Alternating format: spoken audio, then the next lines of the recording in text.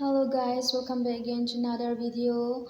Nabon chavin singka pha tuni phat a kahin sa do anom chu hi le nang kahin sang kit ne pakai ti la kho hi in thengno in asa video hi achaina chan ke enagat video win hin te mo ve.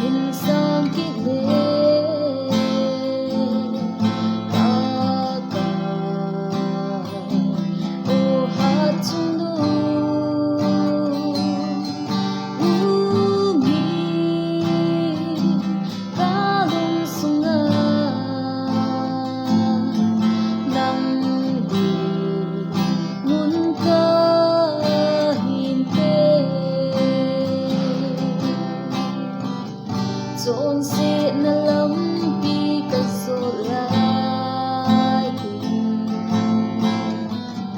Ay ngay lupin Jesu Cristo. Ati san man dua ay hadona. Ata intunin pintahe.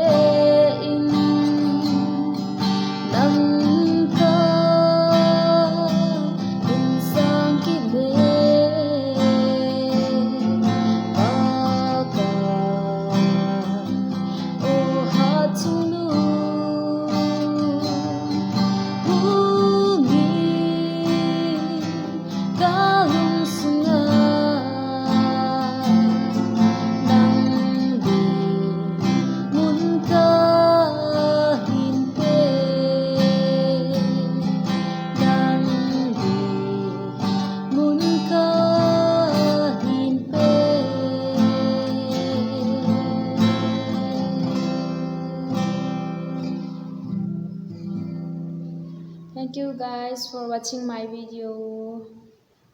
Please subscribe, share and like and comment. Thank you. Bye bye.